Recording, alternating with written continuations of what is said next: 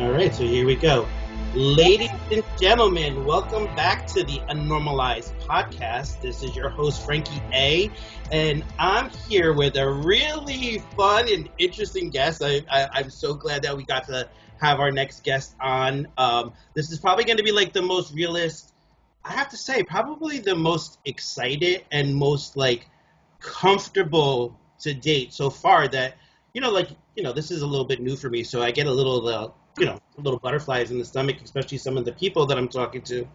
But, and not to like downplay you, but I feel like you're probably going to be the most realist person that I sit down with to date. So today I have. Most likely. Yeah. Most definitely. But, Yeah. I will give you butterflies. I definitely will make you nervous. I have that effect on people.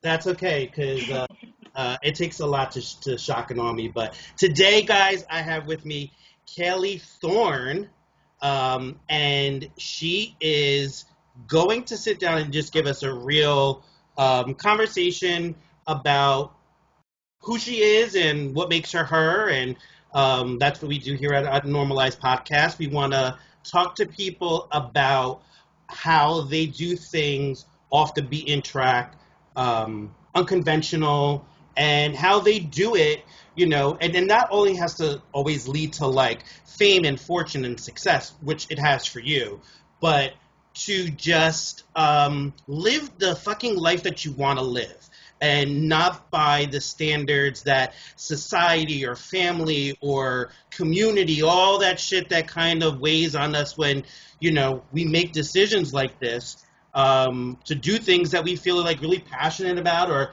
lead our lives the way that we want to lead it. For me, it's a really commendable thing, Definitely. Let me tell you that my name is Kaili Thorne. Why did I Nobody say? really knows that because they know me from my online presence. So this is so big for me because I really want people to finally hear my voice and put a personality to all the pictures. It would be nice if I got your name right. Oh, you said Kaili, which is how it's spelled. So I don't, at least you know how to read. Well, I try. But it's Hawaiian, so that's why. Yeah, and I'm glad that you want to take this as a platform to let people know who you are. I mean, it's very easy for the spectator on the other end of an Instagram account or what we see in the media and films and TV and all that kind of stuff, for us to put a perception on someone of your stature who is in the spotlight under the microscope of everything. Worth 1,000 words. Yeah, and there's, to me, I kind of would guess that there is a person behind that. You know what I mean? There's a person that is behind that whole realm of things and scope of things. So take your time. Listen, we edit this down. There's a huge person. Yeah, I'm trying to put you on a tripod, but whatever. I'm just gonna hold the phone anyway. Sorry. But no, I started using Instagram as a platform because I just am a creative and I love putting together photo shoots, even if I wasn't the model. And it just happened that photographers were like, why don't you just be the model? And so when Instagram first started, I used it as a platform, and it was like, I feel like I was one of the first girls to take her top off on Instagram. And then I think honestly that paved the way for other people because they were like, oh shit, I can do that. And so a lot of really beautiful women started to not be afraid, and they were working with also photographers that were trying to create a name for themselves. So I started working with photographers before they even started shooting for Playboy. So I feel like Maxim and all these other amazing magazines, paper and everything. So it was like they used my images to get through the door, which I feel honored. I didn't even want to be a model. I just did it for fun because I was 19 years old and I was like, I'm in LA. I grew up in the Valley. So I think just as a Valley girl at heart, I naturally just have no fear. Well, the payoff is where you are right now. You know what I mean? Like if you took, I'm so happy where I am right now, but I did have to take a step back from the modeling because I started writing way more, and it's not that I wanted to be taken seriously. It didn't have anything to do with that. It was just like my time. yeah, I couldn't, live the way I was living with, photo shoot to photo shoot and driving from here to there. Sometimes I would go to the Palisades and then I would have to be in Malibu, and then it was just too much. Like want to finish novels. I want to make movies, and creative directing will always be a passion, but I had to kind of let that go for a little bit. Who knows? But my kids one day and their kids will have a huge coffee table book full of all my modeling images, and they'll be like, Grandma was hot. yeah. I mean, well, you come from a line of like, I know this is probably like really sexist, but so very, very attractive, beautiful women. Thank You guys definitely got some good genes in that family. So let's kind of start there. So but I can't take credit for that. That's my source. So tell us, I always like to get the background, of where people come from, because I think it gives other people who are fans a different perspective when you kind of see where somebody's grown up and, where they come from and their environment, things like that. Plus, I work for my 9 to 5, I work in psychology. So I Oh, always, that's amazing. yeah, That's so cool. I'm always fascinated with the person's journey, where it starts, because it gives them character, it gives them a foundation of who they are. And so yeah, like tell everybody out there where you're from, family life, things like that. Yeah. Well, I mean, I'm treating this not really as an interview, just as me and you talking. So I Yeah. don't know who's listening. So, but I will tell you that. Do you want how far are we going back? You could go back, sweetie, as far as you want to go, or Well, you I'll know go to the beginning of time. So my mom and dad actually met on South Beach. My mom was going through a divorce, and my dad was her friend. And my mom actually wanted to hook up him with one of her best friends. And so they all went to South Beach one night to celebrate my mom's divorce, and all three of them ended up hooking up. And I don't know if this is TMI, but no, I mean shit, it's South Beach. They were all just on a lot of ecstasy. So for the millennials out there, that was Molly before Molly. Yes, And I'm quite familiar with a little bit of ecstasy. Well, 27 years later, here I am. So I'm the outcome, the product of ecstasy, which is probably why I am the way I am. Very just open-minded and free-spirited, and the second that I feel like someone's trying to control me, I freak out. So after that, my dad and my mom, obviously, they were on drugs. They realized they didn't really like each other, but my mom still wanted, to have me. So I ended up moving in with my dad 7 years later, after he already, met my amazing stepmom, who was like my best friend. And they had 3 children that I didn't even meet until I was in first grade. And I come from a woman who is a surfer, artist, just as free-spirited as me, even more.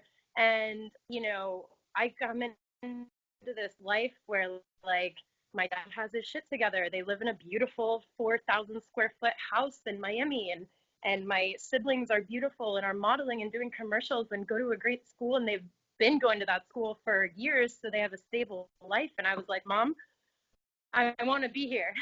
Yeah. I'm sorry, girl. I love you, but this is my life now. And my mom understood. And then right before my dad died,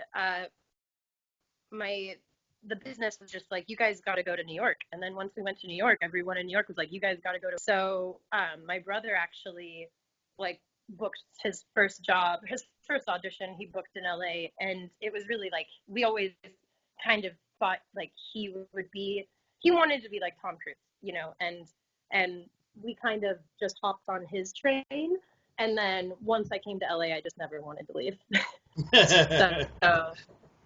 So thanks to my brother Remy. But yeah, then we all kind of had our own auditions, our own life, our own you know, like passions and everything, but acting was kind of our common ground. And you know, all of my siblings are really talented and beautiful, but you know, there's something that they have that I just keep trying to have, which is they're so good at business. And I think that that's something that they got from my dad, that like, and their mom, that like, I think that I'm more of a creative, like I'm really great at executing and making the product, but I'm not good at like, you know, selling the business part. Yeah. Yeah. No, I have a great team, and they kind of help me with that, because it's really like, you know, I trust the timing of my life. I have some great things that are happening, but you know, with or without money, with or without fame, I'm always going to be writing. It's just a matter of if the audience wants to hear it and see it, you know? Yeah. So good. Yeah, I'm the same way. Like, I'm a very creative person. Yeah. It's just, I feel like something that people who are like super creative beings, it's like no matter what the payoff is, you always have to kind of do that. I've always done stuff. I used to dance hip hop for about 20 years. I was a chef in New York City. Even doing like work in psychology, I still needed to do something like that's why I kind of started the podcast, because I always have some shit to say, and this is just an outlet where I can kind of use a lot of creative talents that I've picked up and kind of filter it that way. But I get it where like it's like almost, I was just talking to another guest the other day who's a choreographer for Missy Elliott, and she was saying like it's there's not a like a negotiation to it. Like when you're a creative being and it's like oozing out of your pores, no, you're gonna do it no matter what it is until the day you die. Because then you don't feel fulfilled and feel purpose and value and all that kind of stuff. So I totally get it. That's what always happens, and it kind of seeps its way into my relationships. If I feel like I'm, you know, just doing like a repeated it or in like routine, you know, like if I'm not being creative in my life, then I am unhappy in my relationships, and that kind of sucks. And I just feel like I'm kind of like a lone wolf in that way. Because really, like, unless I'm, like you said, being creative, then I'm really like, I get depressed. I get so clinically depressed that it's like, nothing else makes me happy, you know? Yeah. And it doesn't matter. Like, I mean, mainly right now it's writing and you know, just creating worlds on my own. But it used to be modeling, you know? Yeah. And then, you know, acting was always something that I feel like I'll always be an actress. I'll always be auditioning. I feel like my life is one big, huge audition. You know, I live in LA.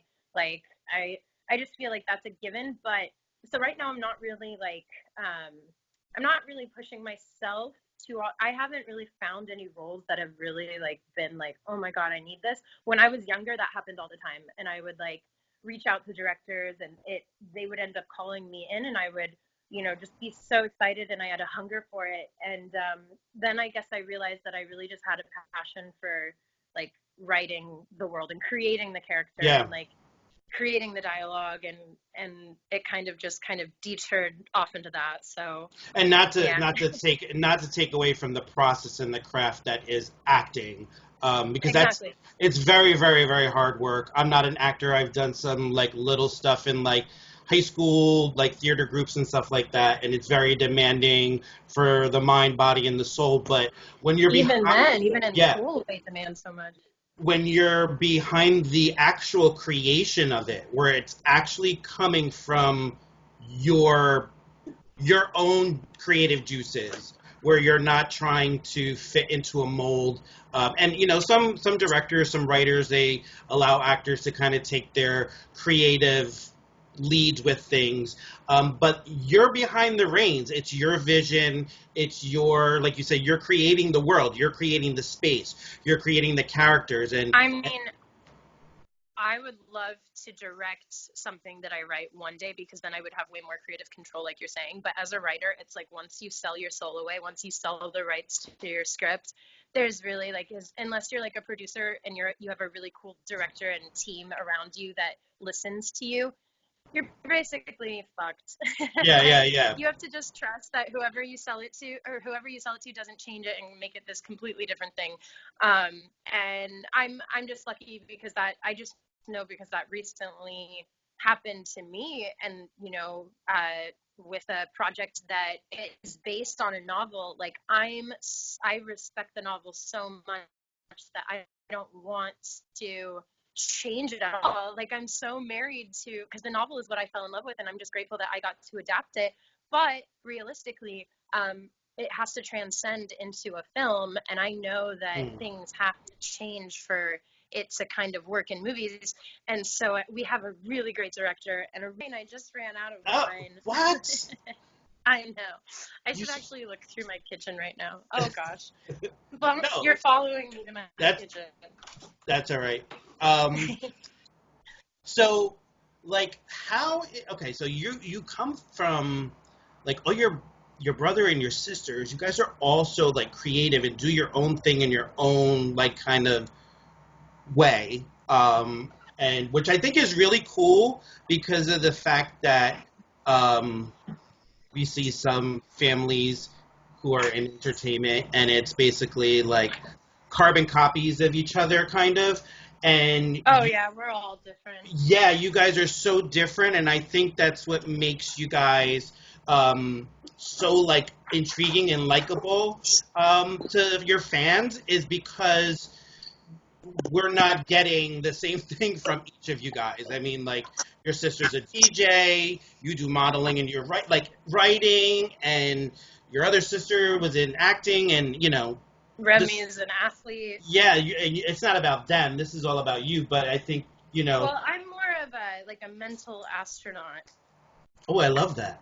Yeah. Wait a minute. Was that planned because I'm wearing, like, a NASA shirt? Oh my gosh, no. And I personally believe that NASA isn't real, but that's just because I'm crazy. The only reason why I actually have the shirt is because it has my birth year on it, 1976. Oh, that's dope. That was a good year. Yes. I'm 92, year of the riots. Oh, yeah. That was interesting. Yes, 92. Well, I found a beer in good. the fridge. Good. So, like, is there, like, a sense of, even though, brother, it comes with being a brother or a sister, like, competitiveness, but how? Oh my God, yeah. Oh, yeah, like, how is that? Competitive with random strangers. If I'm at the gym and I'm on the treadmill and someone is going faster than me, I go faster. It's terrible. Like, I wish I could just let go and not be competitive, but deep down, I know my intentions are actually pure, and, like, I'm really happy for them. But I think there is, like, competitiveness can be really healthy because it pushes you to be more. It's like you're never going to be the same exact person. Like, there are enough auditions for everyone. There's enough roles for everyone. But I just want my siblings to think I'm cool. I just want them to, like, look up to me, which is so hard to do because they're all so cool themselves. So it's like, well, fuck. Well, that is something that I don't, as somebody who's a sibling, I don't think that's something, like, you ever achieve, No. As a sibling, Yeah, I realize that too. No matter what you do, it's, like, always going to be, like, fuck her or fuck him, like, that's just, but you know what? It's great that you guys. Only during a time that you guys are fighting. Like, yeah. If we're all on good terms, then, my stepmom, like, I love her so much. I mentioned her before. She's kind of like the one that catapulted us. She has a degree in advertising, so she's kind of like the Mad Men. Like, she's kind of like that show. Like, she's just the Don Draper, I think. Like, she's really a genius. And she basically said, if one makes it, we all make it. And, you know, I really always held that in my heart, because that's how I believe, like, family sticks Yeah. together, you know. Especially in your industry, where it's very easy for it to go left really quick. You know what I mean? Like, and Not yeah, you know, and so it's nice to, but it also, that competitiveness, I think it needs to be that way in your line of work, because well, I'll be honest. I mean, since you asked for honesty, like, my sister Danny is the one that's closest in age. So, like, her and I, growing up, we would audition for the same role. And it did hurt when one of us got it and the other didn't. And, like, we both really wanted it. Like, I totally understand.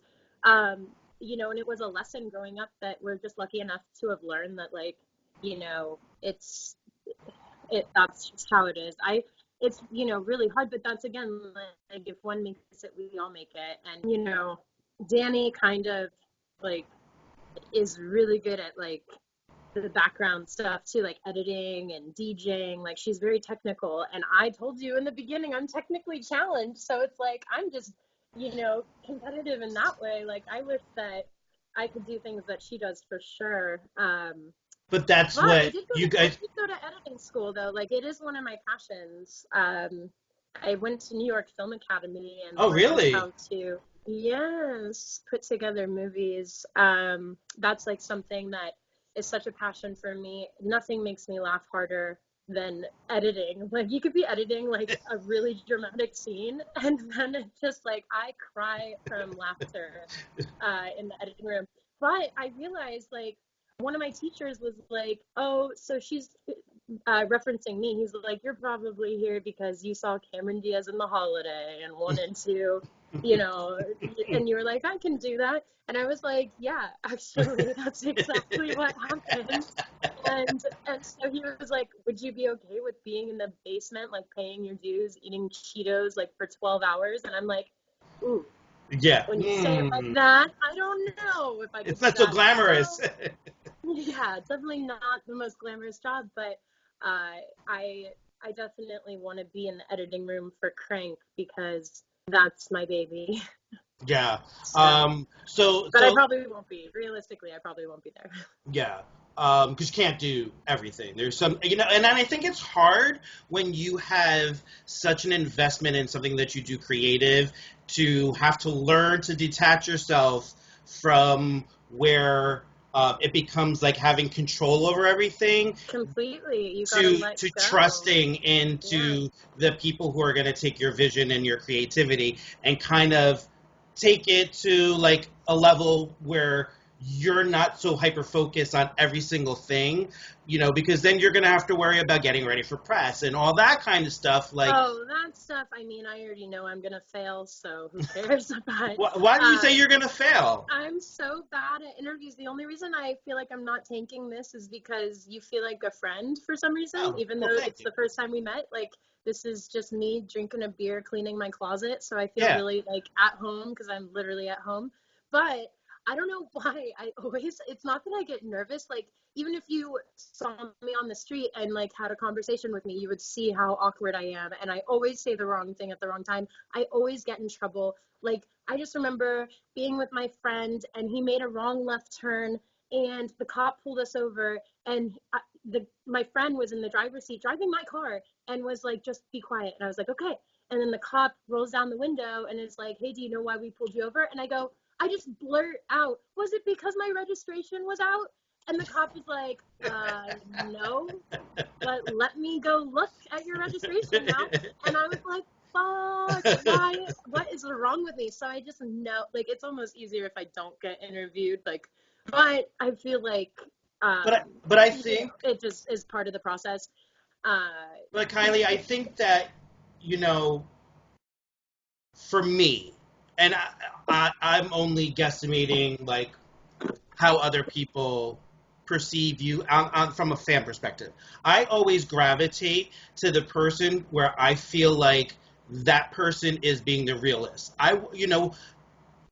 People don't walk around and everything is not fucking unicorns and farting like rainbows. You know what I mean? Like, I like to see the messy. I like to see, because I am a very much a person that believes in like energies and things like that. So and well, people, that's the hardest part to do once the camera turns on, because we naturally, even if we don't know about it, we put a shield up, not a wall, but like it's like you're suddenly in captivity or in a glass box, like, and you do it to yourself. So that's why I love acting, because every audition, every callback, even if it's for the same role, every scene, that's why I love doing the scene over and over and over again. Like, a lot of actors would be like, no, we're one and done type people, but for me, like, I just think every time you do it, it's going to be different, and you just try to get realer and realer every time. And that's why I think it's so beautiful, and it's so hard for people to do, even in real life. Once the camera turns on, they change,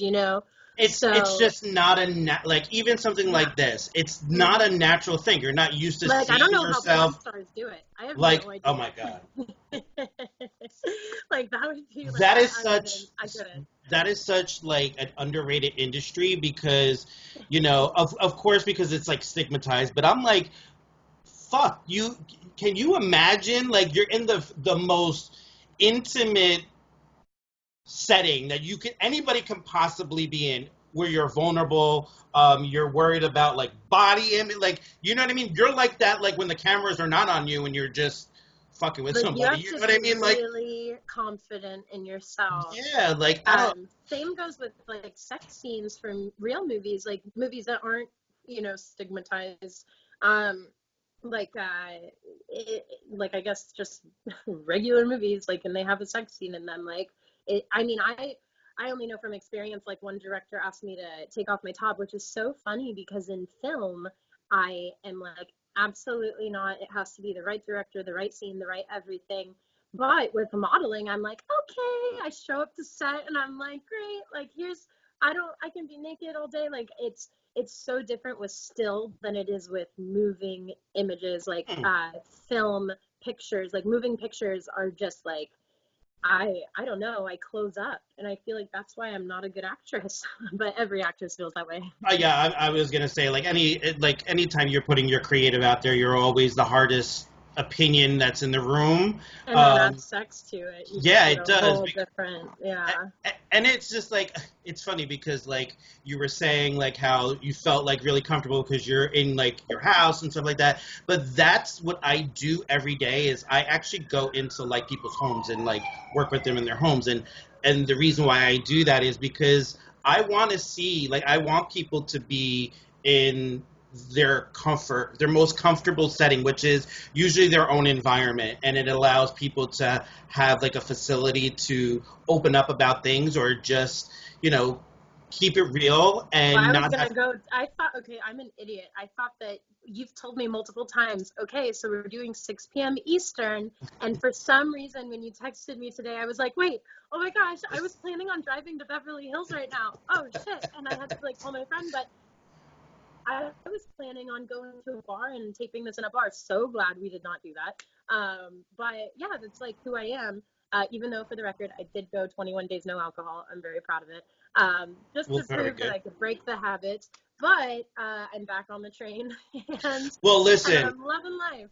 Well, for full disclaimer, I used to party a lot. I don't drink anymore. But when you don't drink, it's its own high. Like, I remember being on like day 19, and I the only reason why I started drinking again was because on the 21st day I was literally on a plane to Cabo, and I was like, well, who's not gonna have a margarita in Cabo? Yeah. But I would have kept going, because it was like after the third week, you're like, or after like the second week and a half, maybe even after the first week, I was like, this is great. Like, I feel so like sharp and like clear, and like I don't feel like annoyed or agitated. It was nice. I'll definitely do it again. And I say that because there's always like this misconception about like having to get clean and like what that fucking looks like, right? It aggravates the shit out of me because, like, you know, no diss to anybody who does like a 12-step program or anything like that, but my mom is in the she's been in the program since I was like 7 years old. So gotcha. Yeah, I have family members likewise. I grew up around it. yeah. But what I learned from what I do now is that that like any type of recovery revolves around the person. It doesn't revolve around a program, sort of say, because it's just the prayer for me. I still say to myself, just moments every day, like, just grant me the serenity to accept the things I cannot change, because I cannot change things. I cannot control what is outside, like, and yeah. I can't drink in hopes that it will help me control that, you know? Yeah. So I get it.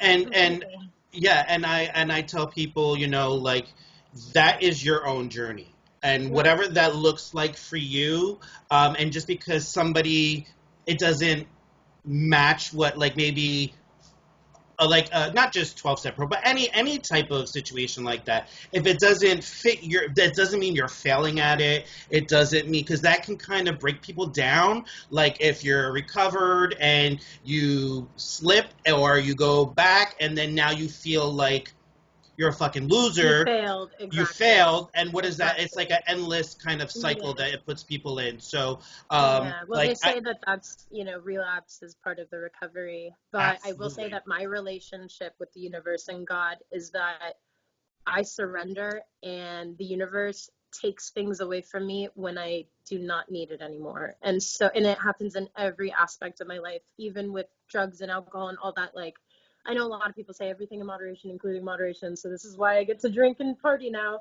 And I'm like, well, sometimes that moderation is the opposite way. And it means like you got to go cold turkey. And it, you know, I'm not like, I'm spiritual. I believe in all realms of beliefs in life. I go to church, but it's not, you know, it's because I genuinely love Jesus and love, like, the person that he was, and I do believe in him. But I definitely believe in Buddhism, and that there was a whole life way before Jesus, and monks and philosophers that I also admire. Like, I love Plato and Socrates, even though I think they had their own issues. Yeah. They weren't perfect like Jesus. Like, in every depiction of Jesus, everyone says, dude, he was awesome. You know, people don't, it's very hard. Everyone else in the world, every single person in the world doesn't even get that. Like, even, you know, Buddha himself, like all the Buddhas, like, you know, no one is a perfect person. But I think that, you know, everyone's going through their shit, you know. Yeah. And Socrates and Plato had a beautiful story, a love story that, like, I just, you know, I admire so much. And that's kind of where I get my beliefs from, is a lot of I read a lot. But I think that's how it should be. Like, I think, like, when you can pull from different things, and it's funny that you said that, because I was born and raised a Catholic, but I practice a lot of, like, Buddhist techniques and principles. For sure. And there are different saints in every form of, God, I hate the word religion. No, so do I. But you know, I kind of believe in Greek mythology. I know it's mythology, it's a myth, but there are certain religion, or I guess belief systems that believe in different what is it, orishas, or I don't even know, but just, you know, I feel like there's a God for every person. Yeah, and I think that I always say there's a difference between being a spiritual person and a religious person. By all means, I would never claim myself to be a religious person, but I feel like I am definitely a spiritual person, because there is definitely something guiding me in a way that, like, when I was younger, I didn't see it. You know what I mean? Like, I try to be, like, first of all, I'm Italian, so I'm a fucking hardhead, and I try to control everything. But you get Same, actually. That sounds just like me. I am Italian, too. And, so, and you're Cuban, right? Yes, very Cuban. That's why the orishas come in and Santeria. But I don't believe in that. Like, I mean, I definitely have been involved in that world because, you know, like being in Miami, it's all around you. I believe even J-Lo and Randy Jackson from American Idol, like they're all, I don't know, people don't talk about it because it's crazy, but you know, they think like Santeria is like all sacrificing and witchcraft. And it's very scary because I would go from being with my dad and him being all spiritual with candles and just like, you know, bringing home, like our friends would come back from Cuba and they would, you know, we would have like this big Cuban dinner. And then I would go to like my mom's side of the family in the sticks, like in Ocala, like in the middle of the woods. And my grandpa, I would be like, well, Grandpa, I believe God is in all of us. So I think we're all God. And he was like, that's witchcraft. Take that out of my house right now.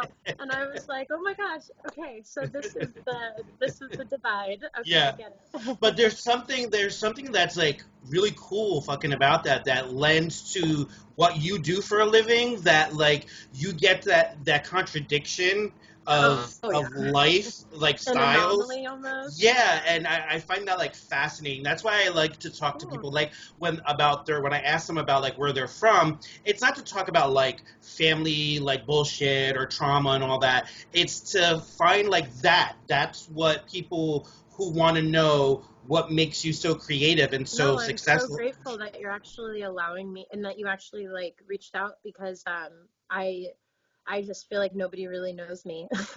Even it doesn't matter how many auditions you go to, how many people you meet. In this industry where, you know, it's a business still, even though it's like creatives trying to make a business out of being creative, and you don't really get it. Even for you, like when you have guests come on, I'm sure it's like you have to break that shell to get them comfortable enough to be themselves. Yeah. It's weird that you say that because, like, for people who don't know behind the scenes, when I have a guest come on, first of all, it's either me. This is a family affair, so it's basically me and my wife is my producer. Your Irish wife, right? Yes, She's Irish wife, and she is ballsy. She's actually the one was like, you have to have her on. She's a fan of yours. Yeah. So she's like, so like a lot of people don't know. It's like either myself or my wife or somebody that we feel like we could really connect with, that fits kind of like what the show is about. And I send everybody I call it a questionnaire, and it says things like you don't want to discuss. And I don't go there, because this is not like no diss to her, but this is not like a Wendy Williams kind of type of atmosphere where like I want to pull shit out of people that, they're not, I want people to be comfortable with what they're talking about. So, but I got to tell you, like the amount of people that I have on that will fill out that section, and I don't know if it's because of what I do for a living that I have a knack for making people feel comfortable, that people will actually themselves bring those things up that they don't want to talk about. Well, you're using your background in psychology as a cheat sheet. I'm just kidding. No, but that's what I feel very comfortable talking to you. I'm very intrigued about people and like about how they think, and the beauty of what I do is get to see like not every brain, not every mentality, not every thought process is just like everybody else. And that's hence the whole premise of the show, UNnormalized, is because normal is a fucking illusion. There's nothing that's really normal in this life, People try to... You're in New Jersey. If you were in LA, you'd be like, I don't even know what normal is to begin with. Well, the cool thing about where I live is I grew up in what's you probably have heard of it. Like I grew up in what's the Ironbound section of Newark. So it's like where they film Sopranos. It's very old school. Italian, Irish kind of background to it, and we're literally like I can see the New York City skyline from where I used to grow up. So I was always in the city, so I'm used to not seeing just like the normal quote unquote, like I'm used to seeing people that live the way that they want to live and be the that they want to. Wasn't that besides London and England for the punk scene, wasn't New York like a Huge, huge punk thing? huge. Yes. CBGB's was, CBGB, yeah, it yes. was, and I'm so fucking pissed that they closed that down because, like, I was too young to go there at that time. You know, I was, like, probably 6, 7 when the punk scene was out, and absolutely love music, Yes, me film, too. TV, food, Yeah. anything like that. Well, if I had to, and I'm gonna get like probably some slaps in the face by like my producers and stuff, but Oh I, no. I, I, I need music. Like if there was like you're on death row and you can either watch a movie or listen to music before you're going, like I would be like, okay, give me my music, like give me iTunes right now, because like Yeah. that, it's kind of like in in a way, film is in slow motion depicting a moment, whereas music is like everything is happening in the now. Yet it's just so beautiful. Like And even it's, like you know, going it's, back to classical is just, it makes you cry. and yeah, I was just gonna say, it's something about, like, the form of music that, um, you can listen to, like, the same song. Now, the song doesn't change, the lyrics Oh, don't I change. repeat it. I'm a repeater And all you day. can hear the same song and it, like, play it back on repeat the next time and it's striking a different chord of emotion. Yes. And It's how about you could listen to an old song now and it can be like you hear it for the first time and you're like, why do I love this song now? Like, why is it resonating with me in this moment in my life now when it came out in the 80s or 70s? You're yeah. like, why do I still think, this song is so beautiful? Like freaking Pink Floyd gets me every time. Oh, I'm a huge Pink Floyd fan. If you Yes. have you ever seen a Roger Waters show? Uh, no, I haven't, but he's my mom's favorite. I just have some memories of like, being like a teenager sitting in the living room while she was painting and she would be repeating Pink Floyd, their live concert in Italy. She would have it on the TV and it would just like be repeating over and over and over again. The Wish You Were Here song. And I was just like, oh my gosh, like, and now every time I hear it, I have my own movie in my head, Yeah. It's so great. And But I and also love Radiohead. oh, They're always a love. tearjerker. I I'm always, a total 90s head, so if it's yeah. 90s alternative or if 90s Mhm. hip hop, I'm there. Mhm. Like, Oh I'm my God, so 90s hip hop. Oh my gosh. But the love. thing is like I was just thinking this today. There are very few hip hop songs that, and I would love for fans, if you're listening right now, to send me all the tear jerking hip hop songs, because there are way more rock songs that like tear jerk your eyes. Like, I could listen to freaking that In Rainbows album and just lay on my bed and cry.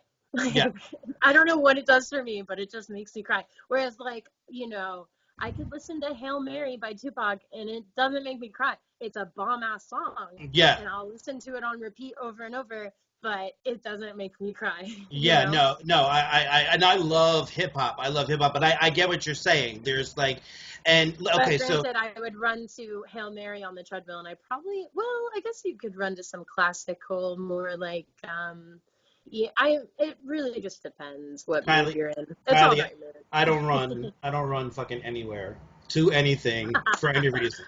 Oh gosh, I'm, I'm a runner. When I was 19 to like 21, for those years, I was running 7 miles a day. wow. It could have been the Adderall, it could have been the Adderall. But I just, I mean, that's my path. Like, it's one of and it's just so bad for your knees, and that's probably why I do other activities now, like hot yoga. I love because it just brings me closer to God. Like, it works out every bone in your body, and sometimes if it's a really good class, like I'll cry. I'll Yeah, legit cry. I Just same actually, with running. When you run yeah, really far, you start crying. Like, it's really I exciting. I probably about like maybe a year and a half ago, my wife comes home and because again in my job, like, I have a very open mind to things, so like I try to utilize things that like people will fucking like tell me like, Like I tried knitting. I've picked up knitting. I knitted. I've picked up like the ukulele because Do you like how get bored easily? I do get bored very easily. I do have ADHD, so it goes in like, but like, No, I would have never. but the reason why I at least try it and I get it to where like I can try at least to get the fundamentals down is because like how can I talk to you and say like if like try it and not be bullshitting you, like I am not a Hey, try bullshitter. before you buy. Yeah, exactly. And like, and there in that something can come from it. So my Oh my wife, gosh, my poor mom has bought me so much shit, and I've been like, no, this is different, mom. The guitar is different. I'm gonna be a rock star. I promise. And like but that guitar oh, I gave away. Like I you, don't who are even you telling me? I have a 17-year-old son, and it's like every. know. First of all, he thinks he's Justin fucking Bieber, and you know he thinks like everything is like the fad. You know what I mean? That's just the world that they grew up in now. You know what I mean? It's Oh, it very must be. I think everyone says it's harder to have girls because they are more expensive, but I think boys are more expensive. They're the ones that are like, I need this turntable. I need these new Nikes that are like $500. I need this. I need this. Like girls are like, can I just go to Sephora? Like, you yeah. know, No, it's like my girls are son. way easier. My son, everything has to either be Supreme, he Yes. Gucci slides, Oh and my gosh, all Gucci that flip kind of stuff. flops. But you know what? It's good. It's good that I can be in a space where I can provide him those things. But now he's getting to the age where you get a fucking job and buy it yourself. You know. Right, right. No, I But think that I not to name drop, but I actually go to a church that Justin Bieber goes to. Like oh, really? I mean, it's one, I think he goes to a couple, but I just recently started going to a really good one. And the pastor was saying that as a parent, you just want your kid to like look out for themselves. Like as a Yeah. parent, they don't need to do anything for you. And it was so crazy after that sermon.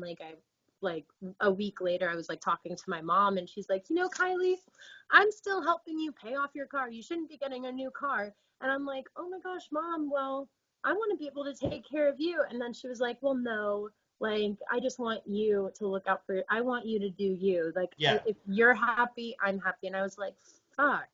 Now That's is just like what my pastor said.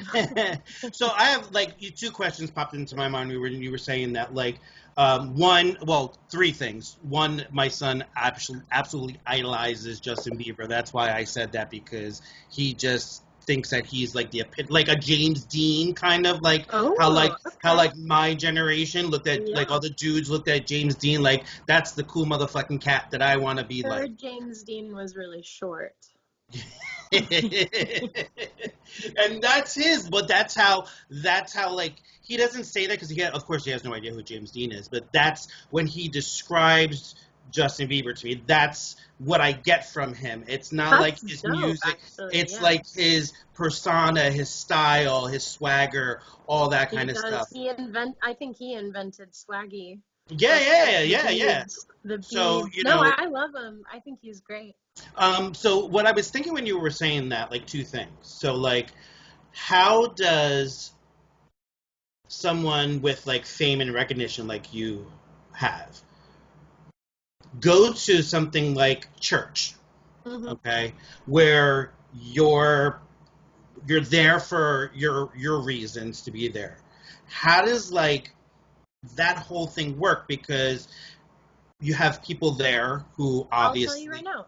yeah, There are levels. There are levels. So, like, say I go visit my mom in Fort Myers and I go to a church there. Yeah, it's going to be different. But when you're in LA, it's like, okay, well, what level are you on? mm, Like, and that's what kind of is good and bad. It's like you can go to church and Justin Bieber randomly is giving his own sermon on stage, and you're just like, this is life. This is yeah, unnormalized. This is yeah, unnormalized because you can't get this in Fort Myers, Florida. yeah, You don't get that. But you do get a different type of connection in just out of LA. And that's why you have to, I I love my mom's side of the family for keeping me leveled. And sadly, my dad passed away, so I don't really have like his side to teach me things. Like I have my stepmom, and she brings me closer to my dad. Like whenever I'm around her, I feel like my dad is still alive.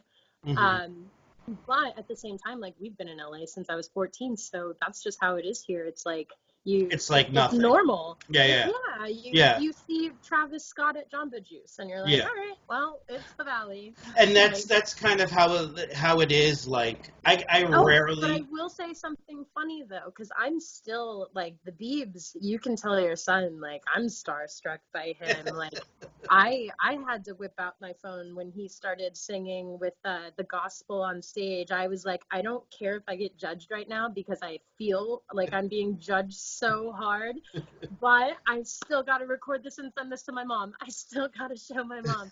And so, like it's just different levels, but yeah, there was something else I was going to tell you on but that note that I but like, forgot. and also I was thinking like, okay, so how I mean, I get it. I don't would attach the two, but like how do you manage when, like, first of all, I have to give you 100% credit as a female. um I really think that, you know, a lot of the work that you have, like in photos and Instagram, they may be very really revealing. But here's my thing: is I find that I look at it differently. I look at it like there, or even male, female, or whatever.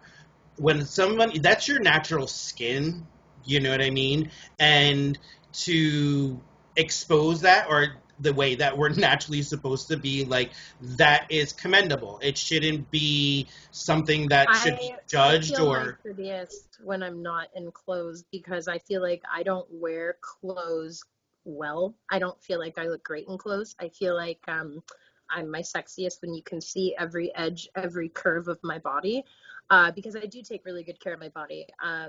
I see one thing of cellulite and I freak out. That's the normal person in me. Mhm. So like I try to like, really like I take care, like I keep myself in tip top shape. My mom was a bodybuilder. Like she was also a personal trainer. Like I grew up, just always seeing that, but it's really important to like be beautiful on the inside and beautiful to yourself. Like everyone has their own Yeah. idolized but like when I was taking those photos, I never did it for anyone else. Actually, you know what? I think what propelled me for my first photo shoot was I was dating a fuck boy, and I was like, you know what? He's gonna see how sexy I am right now. I'm gonna go to this photo shoot. I'm gonna upload it on the internet, and I'm gonna be badass. And it totally backfired. He was like, I want you to like burn those shorts. Yeah, but yeah. So it totally like every time that I would break up with a boyfriend or be hurt by a guy, I would upload a photo and I would feel like instant satisfaction because it was Yeah. like, even though this one person, doesn't think I'm hot or is putting me down, it's like there are 1,000 other people that think I'm beautiful. So in a way, Exactly. it's empowering. Oh yeah, no, like I could totally sense that from you. And that's what guys hate. That's what Yeah. your boyfriend hates. Yeah, exactly. But Yeah. how do So you, I like, learned my lesson. you're I very spiritual. You're very spiritually in tune. So, like, how do you, to your, like, your critics out there who may say, how can you take like a revealing photo but then say you love Jesus? Because that's what they, no, and I get it. I'm not saying that I absolutely don't think the two have anything to do with each other. But you know what I mean? Like, how would you, Well, they like, kind of, I mean, I believe that they do in a way. You know, it's all about self-love at the end of the day. And I learned, like I said, I learned my lesson to not go posting things on the internet for validation. And I learned that in my early 20s. Oh gosh, after 25, I guess you're in your late 20s. So, and it's true. Like once you hit I'm fucking 40. 27, I'm 43. I can't eat sriracha anymore. I can't eat sriracha without it triggering my psoriasis. Like, what kind of shit is that? So anyway, no, I will say that I get actually judged a lot by everyone, not just women. I get judged by men too, and it's great. Like I actually look. It's all about your perspective, but I will say that I am like so connected to beauty. And I think they say, I just learned this in church too last week. Last thing created was woman. And and God was like, all right, there it is, like the last thing. And so if it's for me, like whatever makes you feel. And I know that some women out there that judge me the hardest, deep down, they look at it and they're like, fuck. All right, like I see her. Like you have to get past all the hate, but Yes. all there is love, and you have to really learn that. And I learned that in 2015 from shrooms. So you could learn a lot of good shit from shrooms. Let me tell you. Can. Yes, you can. It can also fuck up your life for the next couple of years. So I wouldn't, But you know what? You know what? Just you bring up shrooms, and Great. I have to tell you, like all those psychedelics are coming back into the medical community. I can't tell you like the amount of trial studies that I read, especially dealing with like mental health stuff, that like things like ecstasy and mushrooms are now really being put back into it on a medicinal level. Doctors are looking at it now like, shit, it really helped this person. Why is it not helping this person? And that's, that's the beauty of it, is like I went into that shroom trip. I haven't done ayahuasca and I haven't done peyote, and even though I have a cactus, the cactus is in my ex-boyfriend's yard, so I know where it is. But the peyote cactus, I can easily make a tea of it, let's just say, and I haven't. And, I definitely believe that if you go into it asking questions, like in 2015, I had so many questions. Why am I here? What is my purpose? Like, I know I'm not here for nothing. And I had so many questions. Like, I just knew that I needed answers. And a lot of people take drugs just to feel, whatever, and they can do it that way too. But on certain trips, I just remember being with a bunch of boys, and there was only one other girl, and she was on Molly, and all the boys were doing shrooms with me. And I just remember they did, a handful. And one of my friends kept seeing me go back in the bag for more. And I just kept taking more and more. And I just remember his eyes going wide, like he was genuinely afraid for me. And all I can say is, like, they were not having the same experience that I was. I remember talking to God, and I didn't want to leave God. Like, I felt like I was his best friend, and God, and I say he because it didn't necessarily feel like one entity. It felt like a bunch of hands that were just holding me. Like, I just felt like I was a spectrum of light, and I was getting all the answers. It was almost like in that Indiana Jones Kingdom of the Crystal Skull, like the worst Indiana Jones movie of the series. So Kate Blanchett touches the crystal skull because she just has all these questions. She wants the knowledge, and basically that's what I sum it up to, was that I touched the crystal skull and I just got all this knowledge. And now I'm just living life like, I hope I don't get shot because someone thinks I'm a messiah, Yeah. So talk about that, because I know that you're working on something that kind of talks about a memoir of like that type of experience.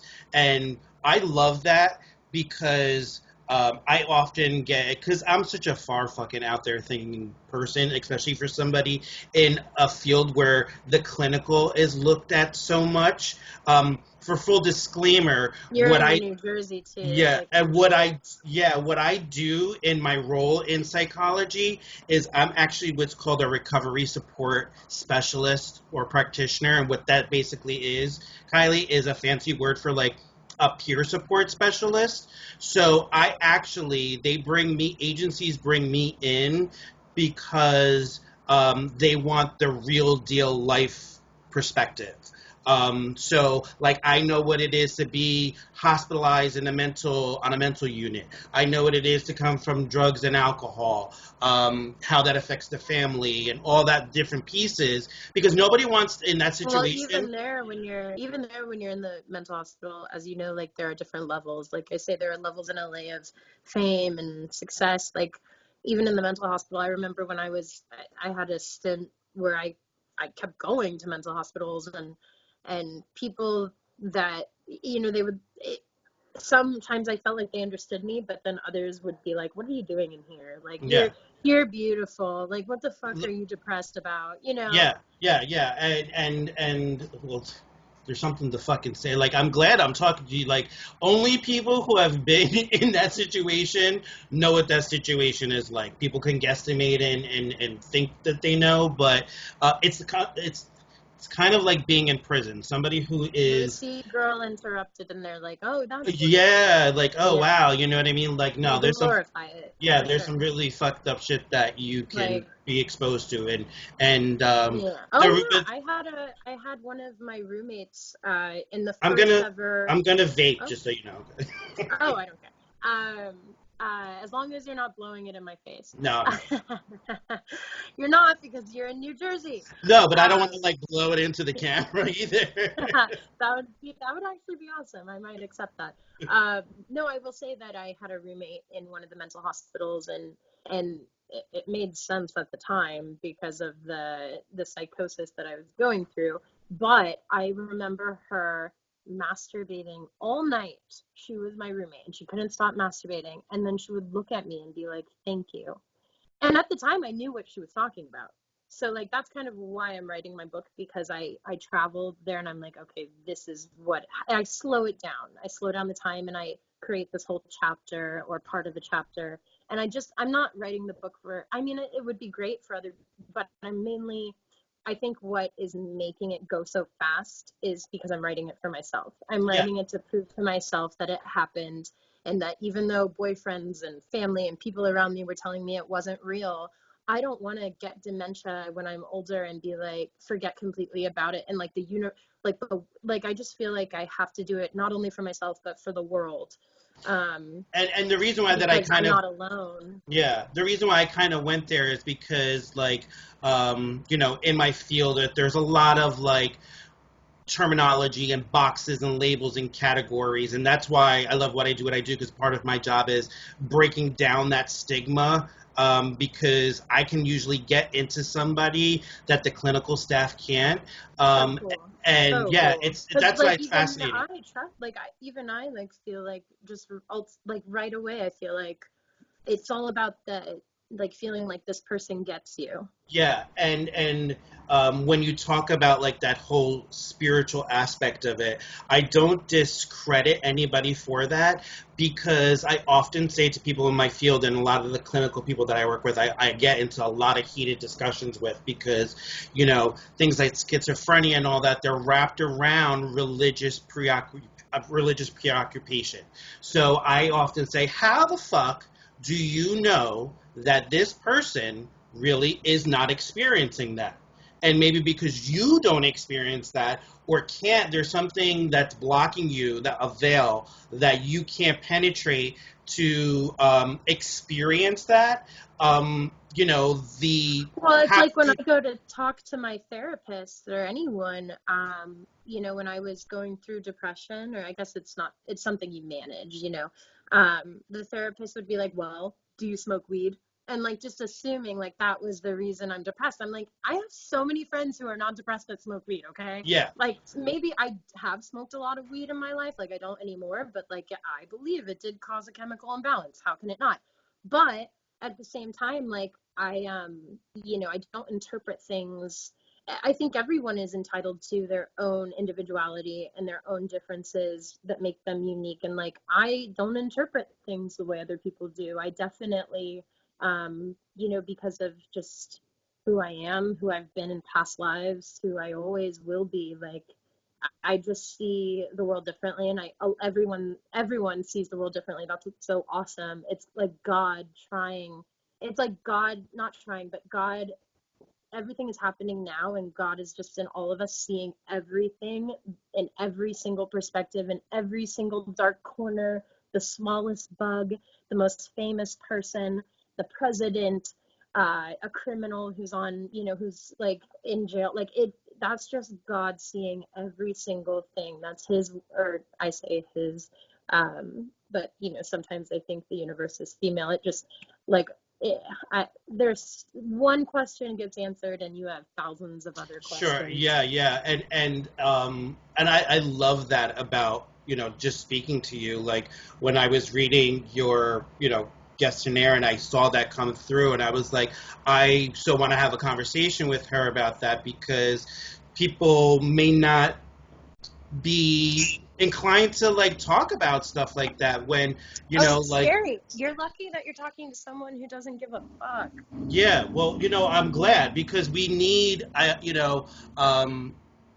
we need people to like yourself. And I think just from my own perspective, and meeting you for the first time, is we need people like you, because you're part of I wouldn't say your role, but you're part of why you're here is to be a storyteller for people, on what this human existence really is like. You know what I mean? Like how it should be led, how you should be living your life, beyond the confines of what society is telling you that you should be doing. That's not the reason why we were created and to be put here. Well, there is a collective consciousness, but we don't have to get into that. Yeah. And, I like love when I read that about your memoir, is I think that I really would love. I purposely never call it a memoir, but in like your questionnaire, I was like, well, how else do I freaking describe this thing? Because it's more of like a spiritual introspection, like how Virginia Woolf, like Into the Lighthouse, like it's mainly like it's like one big monologue, and I'm actually sending it to just producer friends and their publisher friends, and I'm just getting feedback right now because I am terrified to promote that book and put it out in the public, because it's like it's in a time I wrote it in a because it's almost finished. I mean it's halfway finished. I think I want it to be 300 to 500 pages, and I only have like around 200 right now. So I definitely it was in a time where I was manic. So at this point, I just kind of want to send it to a publisher and have them tell me from like a normal person's perspective what they think. Because when I read it out loud to friends, they're like, just at dinner or wherever, they're like, holy shit, I feel like I'm in your head. And I'm like, well, I don't even know what it feels like to be in my head. So this is awesome. Like if I could get this out there to where, not only girls, but boys, just all genders, read it and they're like, we get it. Like that would bring tears to my eyes. Like it's not about the sales. It's really not about the money, because I know with or without the money, like I'm always going to be okay. I'm always going to figure my shit out. Like I learned that in the darkest hour of my life, so I just... but no, I think it would be like, especially now in this like very divisive kind of dark period that we're kind of, I hope that we eventually move past. We got it. It's gonna get worse before it gets better. Oh yeah, definitely. Yeah, I learned that from suffering from psoriasis.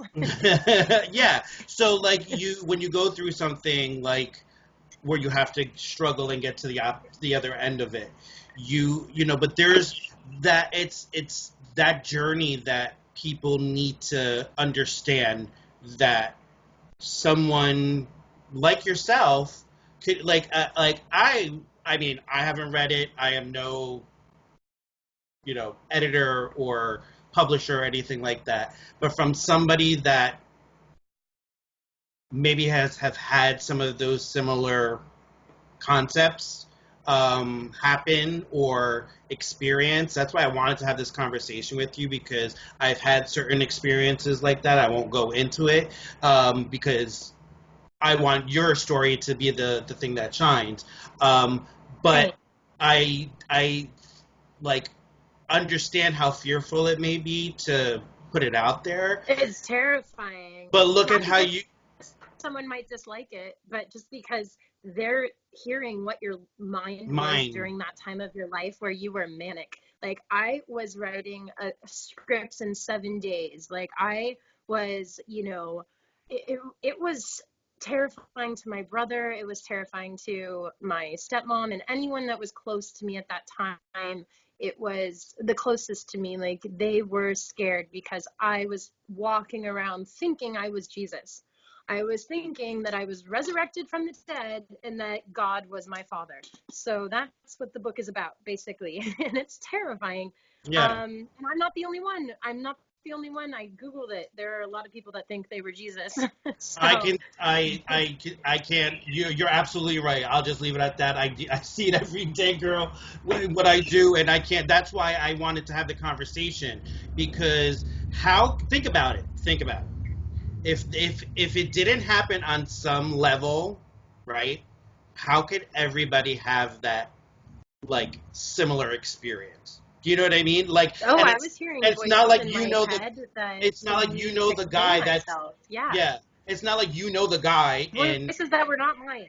yeah, exactly. And it's just that's why I love doing what I do, and why I It's love almost talking. like it's like this radio show. It's like your brain is also another form of, brainwave, sound wave, sound travels through your ears. It's thankfully we're able, I feel like once we hear the voices, like a higher power silences them or like turns off the frequency or something just to protect us, because we ultimately can't, I couldn't handle it, hearing the voices in my head. I when they went away, I missed them. I didn't want to, like with them, you don't feel alone. It's, but then there were, other voices that were, you just have, it's so terrifying, honestly. No, there The and mental health aspect is, I think that that's one of the things, because the world is changing, because things are different now that weren't different 100 years or even 50 years ago. Like, I think that mental health is one of the first things that we have to, as a whole collective, like not just the United States, but everywhere. Like, I feel that mental health needs to be like number one priority, because the way to outer peace is inner peace. and maybe that's why you're here to tell this story, because we need to we need to have somebody who's on a platform that can speak it. You know what I mean? Like I do like legislation stuff. I do Hill Day in Washington. I go sit like I have I was just say I have big balls, but That's awesome. I do have Fuck big balls. yeah. Like I will go down and I will speak to a senator or a congressman and be like, "What the fuck, man? Like how can you do this to people?" Um and I'm just like You one don't need little to have a big penis to have big balls. no, exactly. Well, I'm not saying that Well, all I'm not saying I don't have a big penis, but we'll leave that up for my wife to have to decide. Yeah, I hope your wife is right there. But no, but like having someone like you that has a platform that can speak to what that was like, so maybe people can get a introspective piece of it that where Well, they can you'll get an introspective with the book Game of yeah, Thornes. yeah, and I think that is going to like I can't wait for it to come out. I think it'll be Hey, powerful. yeah. And like I love it. I love where you're taking things with your creativity, with your outlet. And it's something like your experiences, because some people go through shit, girl, and they don't do anything with it. Okay, so the man upstairs, It's or not the about, I don't think it's about doing something with it. I think it's about you coming out of it. Some people go through it and they don't come out of it. And I was just driving through the valley today earlier, and I don't know what song was on the radio, because I always think about that, what music was playing when I was having a moment. But I just started crying because I was like, holy shit, I came out of it. Like, I made it. Like, not made it in a way of success or fame or money or movies or this or that. I made it as in, I'm out of, and I might go into another mental hospital one day. Who knows? You don't know what tomorrow's going to bring. It's one day at a time. But in that moment, just a couple hours ago, I was like, oh my God, I made it out. Like, I'm like, I broke through the wall, and there's always going to be another wall, and there's always going to be another obstacle. You know, that's life. And one of my best friends told me, like, God gives his toughest battles to his toughest soldiers.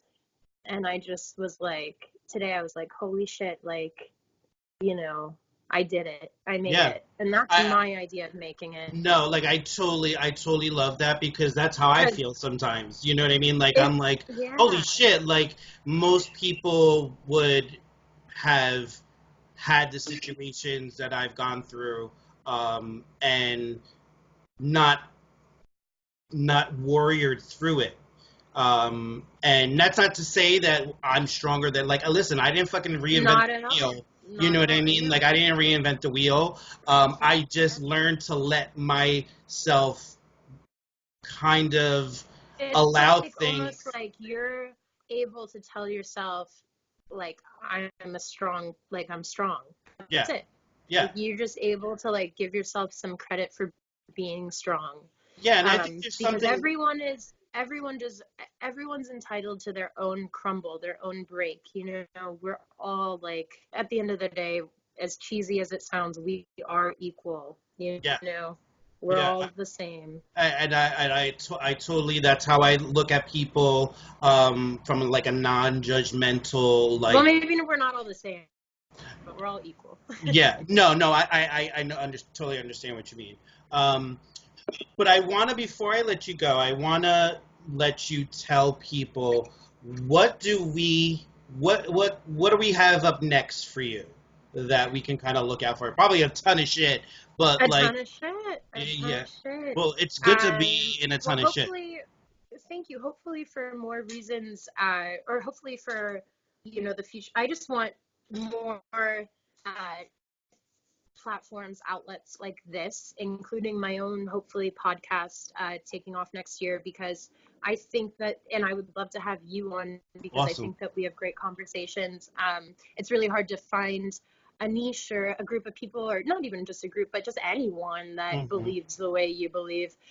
And so I just feel so grateful to be on your show, just to be able to give, like, finally the pictures on my Instagram a voice. Nobody's heard my voice, and that's why I feel like I've been so compelled to write, because I just want people to hear me. And finally, like, I'm so grateful I have a couple producers and financiers in my life that have read my material, that are very influential, that, you know, believe in my work. So I think in the next year you can definitely, hopefully, well, maybe in the next year and a half, read my book. And then also, I, you know, adapted Crank by Ellen Hopkins into a movie, and that is for sure happening. It is my baby. It is my passion project. I think that was one of the first screenplays I ever wrote when I was 15, and then I revisited it like 10 years later. So I really think that people will,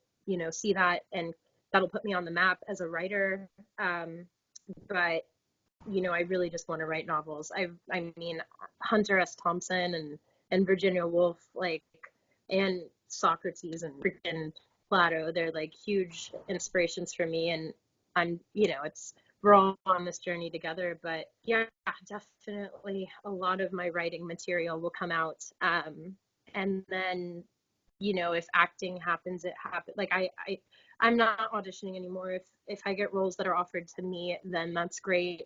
But for me, writing is where my heart is now.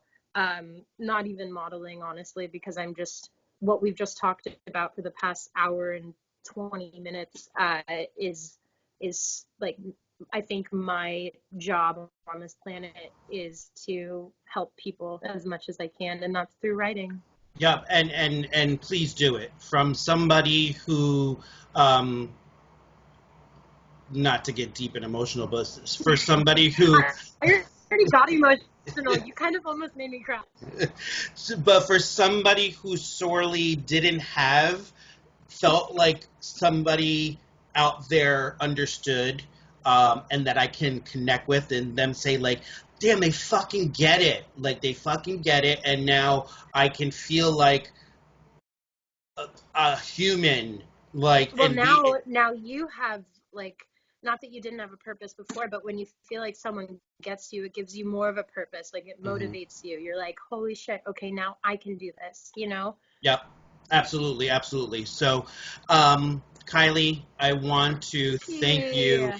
from like the bottom of my heart. And I Yes. walking, like coming into this today, and I had a feeling, I'm like, this is probably going to be the dopest interview I have today. And I don't say Well, that to I'm so everybody. thankful for your wife. I'm so thankful that she found me and Yeah. was like, you need to get this girl, because I had no idea. Like I love any.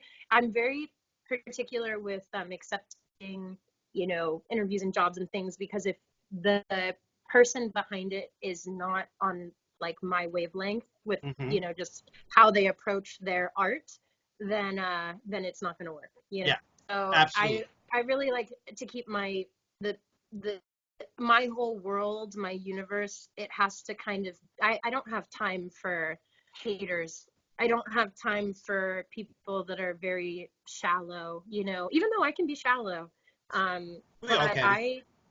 I'm as shallow as I am deep, but I just, it's so rare in this world, I mean, in this town, to find someone that can really open you up in ways that, like, can reach people. And I think I'm just so grateful that you were able to do that. Oh, thank you. I really appreciate it. Genuinely, no bullshit. Really enjoyed my time with you. And we, like you said, we've been on for like an hour and 20 minutes. And I know. it, I could I hope probably people just, like didn't like. no. That's the beauty of podcasting is I could go for however long as I want. But Cool. I really really enjoyed my time with you. And It hopefully, means a lot. Very yeah, cool. you have a home here at the Unnormalized podcast whenever you have. I was gonna say, let's revisit this when Game of Thornes is on stands and when Crank is out in Yes, theaters. Let's please do. definitely revisit this and touch base and be like, remember that day Yeah, when you were yeah. cleaning your closet and drinking Coronas? well, well, you could at that point you could clean your closet and drink Coronas too. I'll Hey, take wherever I I can think get it. that's exactly That what I'll should be be our doing thing. You know what a I year mean? from now. Yeah, Kylie, do you exactly. have to? I'll hit you up and be like, Kylie, when are you cleaning your closet? And like that, we'll make it a date, okay? It's a date. It's a All date. right. Sounds Thank, good. thank you, Thanks, everybody. Frankie. Thank you for having a great interview. I thoroughly enjoyed my time with Kylie. And keep out, Kylie. How could people like follow your journey? I know like Instagram, everyone's like Yeah, yeah. on That is Instagram. that is my main platform right now. There are so many other platforms that are introduced to me that I'm just like, no, the only thing that I feel like is personal yet public is Instagram. Like that's a way for people to see you how you want to be perceived. Hmm. And if something other than Instagram comes along that's also just like idiot proof and instant, that's what I love about that, is the instant gratification. I do have a website, kailithorne.com, and I don't really, I mean, we update it, but it's mainly like if you want to see something fast, just follow me on Instagram, Kaili fucking Thorne. I abbreviate fucking for political reasons, FKN. And so basically, keep following me on there. And if you have any, fan mail at all, just hit that message link or DM me. Like I see everything. I think that's my only platform right now. Oh, I did have a Twitter, but it got way too political. I started like, just, Yeah. I mean, you could still look on it. I think it's like at the Kai Priestess or something. I had to stop with that because, again, that was when I thought like I actually had say in like who became the president and stuff. So I was like really like in it. And yeah, I mean, maybe Twitter will make a comeback. I don't know, but as of now, it's just Instagram.com/Kaili fucking Thorne. So everybody, as soon as you listen to this, watch it, however you're ingesting the UNnormalized podcast, I want you to go follow Kaili because she is a very, like, I think we're just getting to see a little taste of who you are and what's to come for you. So I'm excited to see the journey and what comes out of that and what we as the receiver gets from that. I think is going to be I am so grateful. So powerful. I think you're a very, very deep person, and I wish you much success in everything that you do because you 100% deserve it. You're a genuine person and very much a bright light. So please keep that. Gosh, thank you. Please keep that. And again, come back on Kaili. Do you have a name for the book before I let you go? I do. It's called Game of Thornes. Love it. Yes, it's Game of Thornes. And then I also have another novel that's more fiction, and it's called Savage Valley Girls. I'm trying to get that off the ground to create it into a show. So that'll be fun. But my Game of Thornes is what we were talking about. So that's more about the spiritual introspection and spiritual mafias, and it's deeper, Savage Valley Girls is kind of about just sex and dating in the valley. That's not bad. It's not bad. It's not everybody, I want you to look out for Game of Thornes. I also want you to keep an eye out for Crank. Yes. Coming out.